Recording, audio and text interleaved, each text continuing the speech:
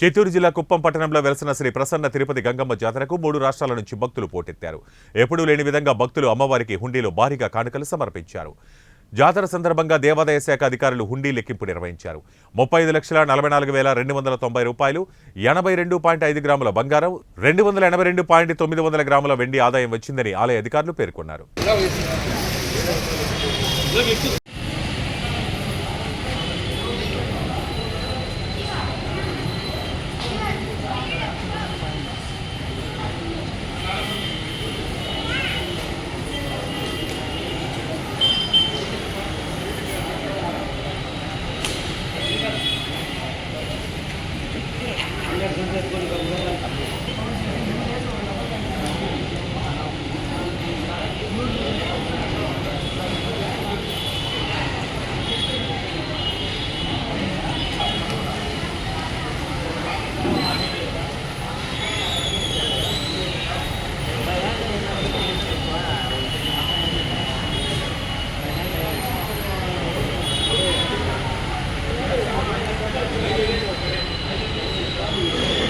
పేర్లు కొన్ని రాస్తారు, టాలీవుడ్లో కమ్మలు ఏమి ఉండేవి.